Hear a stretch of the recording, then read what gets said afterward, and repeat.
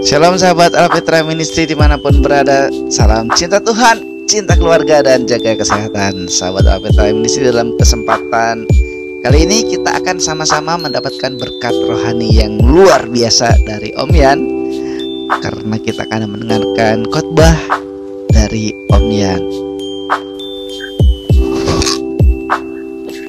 Halo, dalam rangka Natal saya menyampaikan makna Natal dari kelahiran Tuhan Yesus Kristus, yaitu yang paling penting Tuhan Yesus Kristus datang ke dunia, dilahirkan sebagai manusia untuk membawa keselamatan yang kekal dan kedamaian sejati.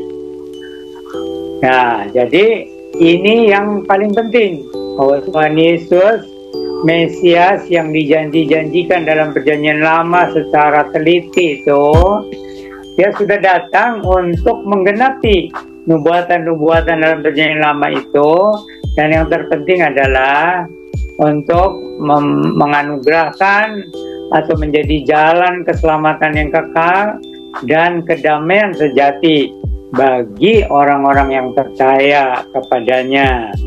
Jadi caranya bagaimana? Nah, itu secara rinci di dalam perjanjian lama itu sudah disebutkan tentang Mesias yang akan datang ke dunia itu sengaja untuk menjadi korban penebusan dosa, menggenapi itu semua yang dilambangkan dalam perjanjian lama dengan korban-korban penebusan dosa, dan juga yang sudah dinubuatkan secara rinci mengenai Mesias yang dijanjikan itu. Jadi ini bukan sekedar nabi yang membawa keselamatan atau rasul yang membawa keselamatan, tetapi ini adalah janji yang menyangkut atau mengenai Mesias. Ya, saudara mestinya sudah memahami arti kata Mesias itu. Ya, artinya yang diurapi menjadi penyelamat yang kekal yang dijanjikan Allah dalam perjanjian lama dengan ciri-ciri yang mendetil gitu. Jadi meskipun di dunia ini banyak nabi, banyak agama, banyak ajaran, tetapi uniknya dari Tuhan Yesus Kristus ini yaitu menggenapi semua nubuatan dan janji-janji dalam perjanjian lama mengenai datangnya juru selamat umat manusia. Nah, itu jadi yang malam ini kita mau renungkan itu tentang makna Natal dengan kelahiran Tuhan Yesus Kristus ke dalam dunia menjadi manusia. Padahal supaya ya manusia itu memahami, kok seorang nabi bisa menjadi juru selamat, kan banyak nabi gitu kan, atau rasul menjadi juru selamat, kan banyak rasul. Nah, ini ada istilah khusus, Mesias, atau yang diurapi sebagai juru selamat umat manusia. Jadi memang pertama-tama itu di dalam perjanjian lama dijanjikan kepada bangsa Israel. Tetapi karena Mesias itu adalah penjelmaan dari Yang Maha Kuasa, atau firman Allah yang datang ke dunia menjelma menjadi manusia, maka keselamatan itu juga disediakan untuk segala bangsa. Dan untuk itu ternyata Tuhan membukakan jalan, yaitu bangsa Israel, umat pilihan Allah itu justru kebanyakan menolak Mesias yang dijanjikan itu. Ya, ini kan satu pertanyaan besar. Mengapa umat pilihan kok menolak Mesias juru selamat yang dijanjikan itu?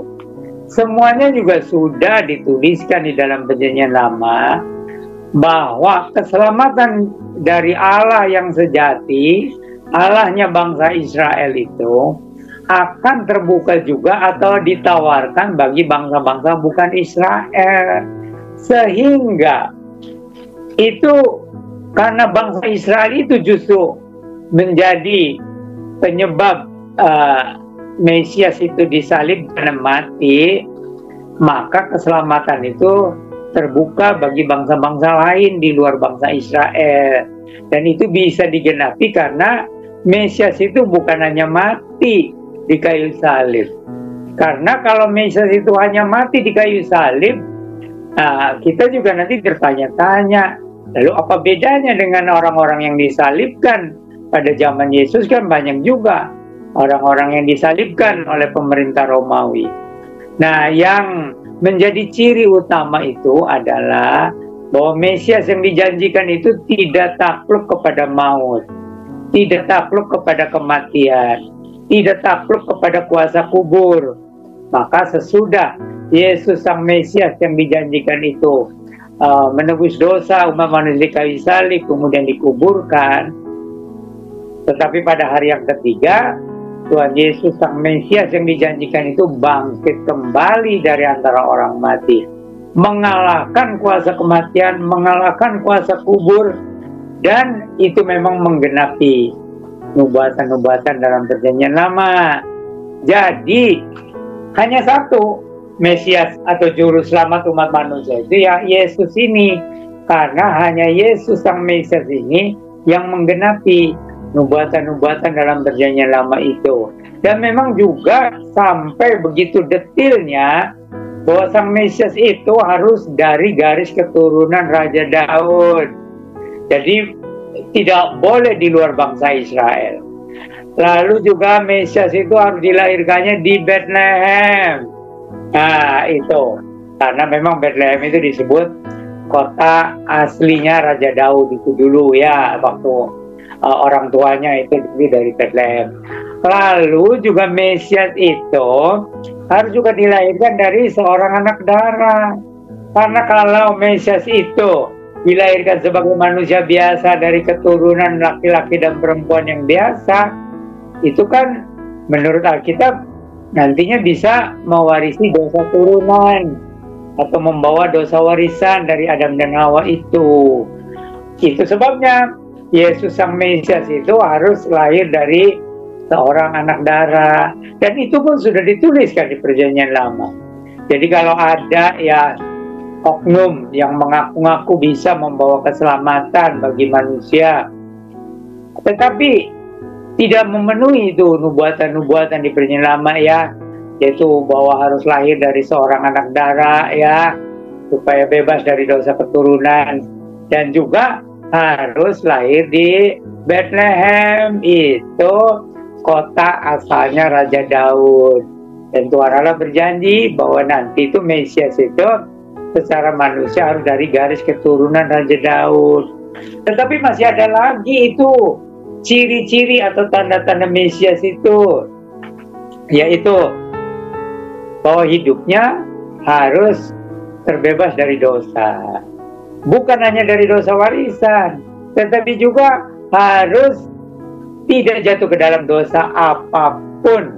Ya, itu sangat penting dan itu tidak bisa oleh manusia biasa. Ya, nah itu maka Tuhan itu mempunyai makna yang luar biasa karena hanya Yesus yang dilahirkan bukan saja tanpa dosa, tapi dia bisa mengalahkan kuasa dosa. Lalu hidupnya juga sempurna memenuhi tuntutan hukum-hukum Allah yang waktu itu dirangkum di dalam kitab Taurat dan kitab para nabi di Perjanjian Lama. Lalu ada nubuatan-nubuatan yang spesifik, yang khusus mengenai Mesias atau juru selamat yang dijanjikan itu ya. Bukan saja tempat lahirnya harus di Bethlehem, tetapi juga hidupnya harus tanpa dosa, tanpa noda. Lalu juga harus membuat mujizat-mujizat yang melebihi para nabi yang pernah ada atau yang akan ada. Jadi kalau namanya Mesias juru selamat umat manusia, lalu mujizatnya itu tidak spektakuler, ya tidak meyakinkan lah ya. Lalu itu tadi hidupnya tanpa dosa, Apakah ada manusia yang hidupnya tanpa dosa? Nah, itu kan kalau manusia biasa mustahil tanpa dosa. Ya, makanya ada ungkapan manusia itu tidak luput dari salah dan dosa. Itu berlaku bagi semua manusia kecuali satu ini, Yesus Kristus, ya, manusia tanpa dosa. Ya, ada orang yang bilang bagaimana keturunan Adam kan pasti mewarisi dosa. Nah, di sini istimewanya Yesus. Jadi Yesus itu firman Allah yang menjelma menjadi manusia dengan kuasa Rohul Kudus. Jadi tidak mewarisi dosa, baik dari mamanya, apalagi papanya nggak ada manusia, ya, secara manusia juga. Ini penjelmaan firman Allah menjadi manusia Yesus, ya. Nah, kemudian juga ada poin-poin yang harus dipenuhi. Kalau Mesias, ya, juru selamat yang dijanjikan itu datang ke dalam dunia, tadi sudah disinggung bahwa hidupnya harus bersih, tanpa dosa, tanpa noda. Tetapi juga ada mujizat-mujizat yang melampaui nabi-nabi. Misalnya apa? Yesus mampu membangkitkan orang mati bukan hanya sekali dua kali. Ya, nah itu. Kemudian Yesus juga bisa menyembuhkan orang yang penyakit kusta. Padahal penyakit kusta pada zaman itu tidak ada obatnya. Jadi mujizat-mujizatnya itu sama seperti Tuhan Allah sendiri yang hadir di dunia, ya. Jadi waktu Yesus membangkitkan orang mati yang spektakuler itu Lazarus, ya, yang namanya Lazarus itu sudah dikubur selama 4 hari, sudah busuk lah, ya, jangankan 4 hari, ya, 1 hari 1 malam aja sudah mulai bau, ya. Hari yang kedua tambah bau, hari yang ketiga tambah menusuk tuh baunya, ya. Nah, itu justru satu hal yang tidak mungkin menjadi mungkin, karena tidak ada yang mustahil bagi Allah. Itulah makanya Yesus itu penjelmaan firman Allah dan juga disebut sebagai ya Tuhan, ya Allah, ya, gitu, ya, karena Yesus itu penjelmaan firman Allah. Nah, lalu juga jadi Tuhan Yesus inilah yang menggenapi semua nubuatan di dalam Perjanjian Lama mengenai datangnya seorang penyelamat, ya. Itu tempat lahirannya saja sudah ditentukan di Bethlehem. Terus mujizat-mujizatnya itu juga tidak bisa ditandingi baik oleh nabi-nabi yang pernah ada dan juga oleh nabi-nabi yang sesudah itu. Tidak ada yang bisa melampaui mujizat Yesus, karena Yesus itu firman Allah yang menjelma jadi manusia, sama dengan Allah sendiri yang turun ke dunia. Jadi itu Yesus dengan penuh wibawa dan kuasa memanggil Lazarus itu. Hei Lazarus, kamu keluarlah. Bagaimana ya orang yang sudah mati 4 hari suruh keluar, ya. Tapi itulah di luar pemikiran manusia, ya. Ya, reaksi dari orang-orang yang melihat dia macam-macam, ya. Ada yang takut, ada yang tutup mulut gitu, ya. Ada yang ya hampir semua lah matanya terbelalak gitu, ya. Ternyata Lazarus masih di pakai kain kapan gitu, ya, jalan pelan-pelan gitu, ya, keluar dari kuburan. Ya, kuburannya kuburan orang Yahudi, ya, itu tadi ada goa dan ditutup batu, ya. Nah, begitulah kisah Tuhan Yesus membangkitkan Lazarus, ya.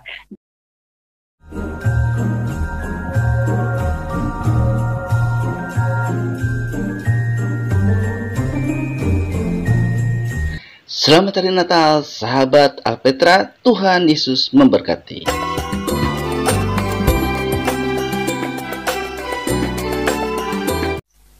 Tuhan Yesus mau membuktikan, ya, bahwa dia datang bukan saja untuk mengampuni dosa, tapi juga untuk memberikan hidup, bahkan untuk memberikan hidup yang kekal. Nah, bagaimana itu memberikan hidup yang kekal?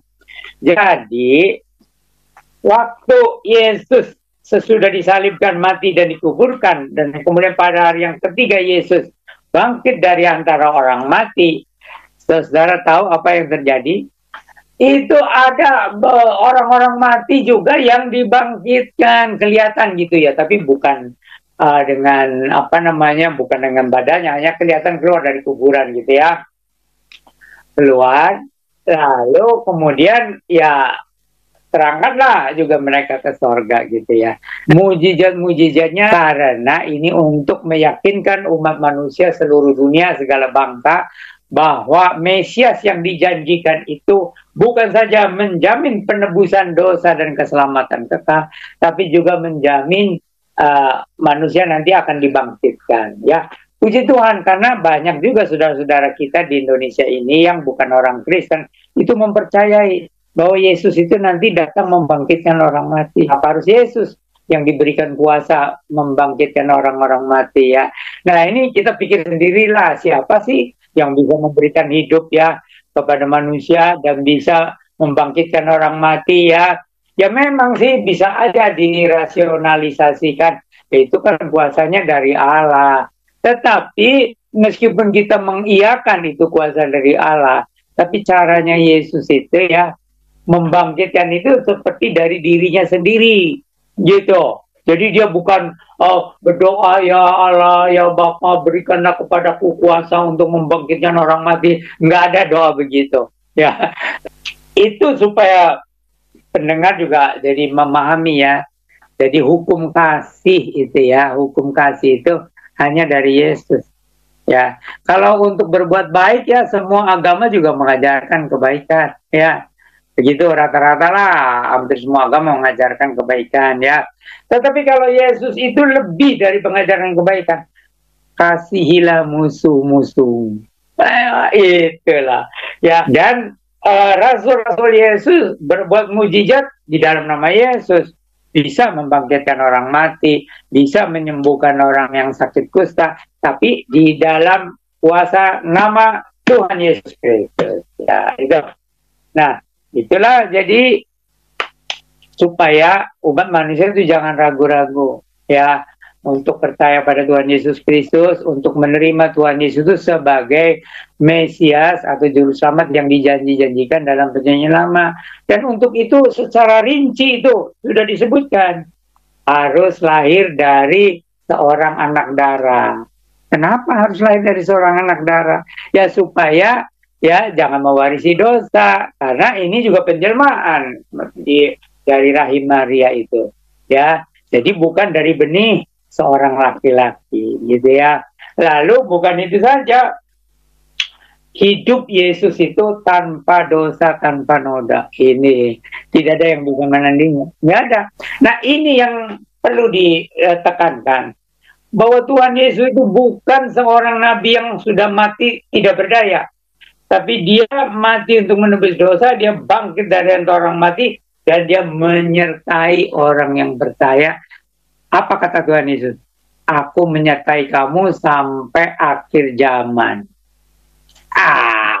Jadi itu sebabnya ya umat Kristen tuh meskipun mengalami penganiayaan ya dari zaman ke zaman, apalagi abad-abad pertama, 300 tahun pertama, itu penuh dengan penganiayaan.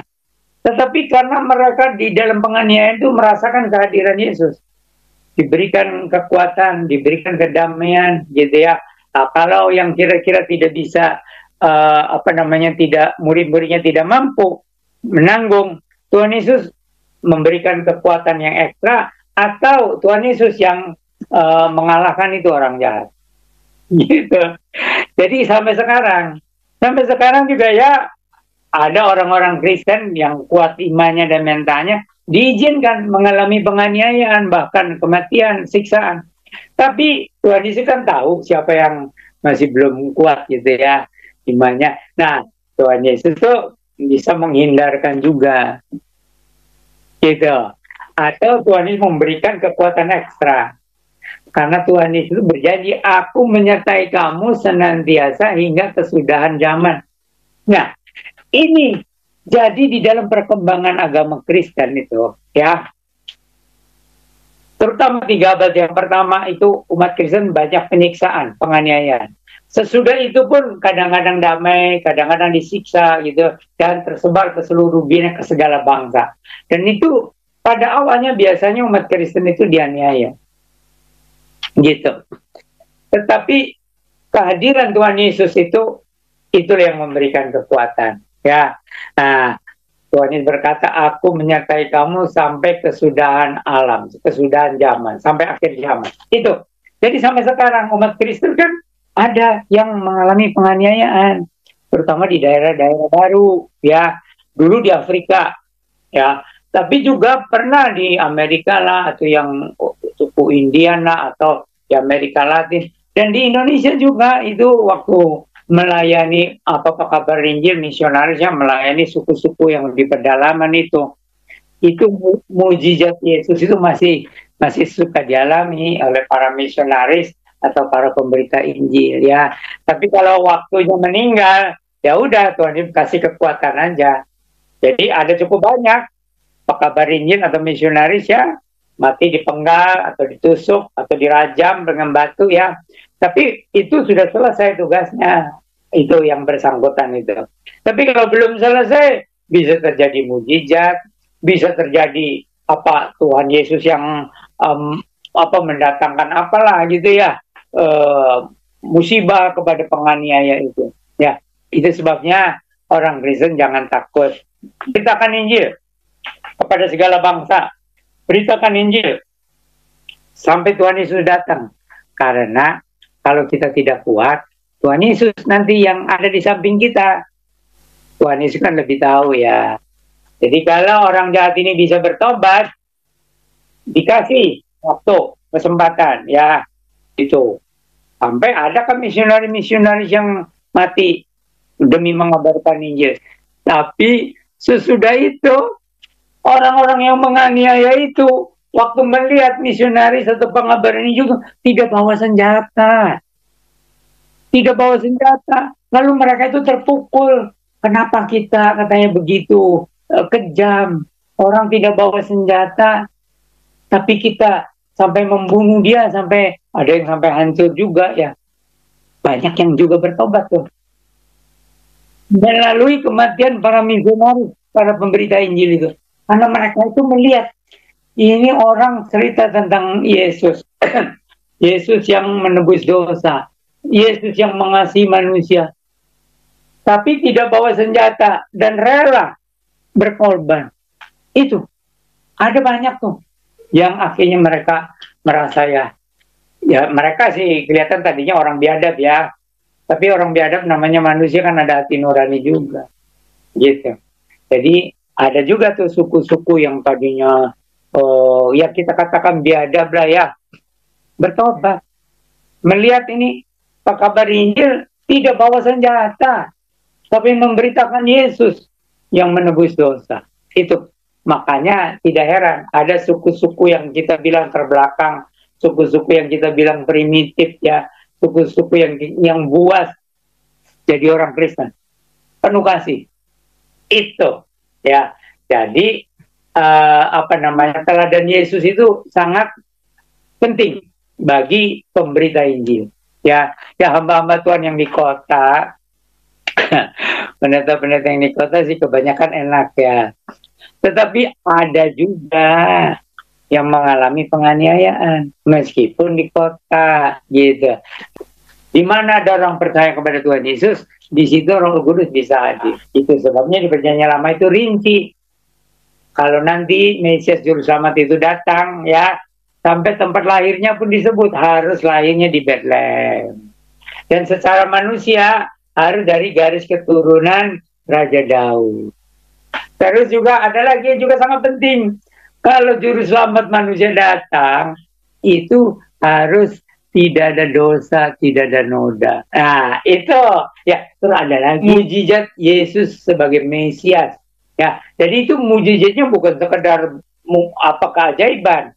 Ini mujizat-mujizat mesianis yang menyangkut nubuatan-nubuatan mengenai datangnya Mesias, gitu. Ya, jadi itu secara rinci Ya, itu tadi tempat lahirnya harus di Bethlehem, Juru Selamat itu harus dari garis keturunan Raja Daud, harus dari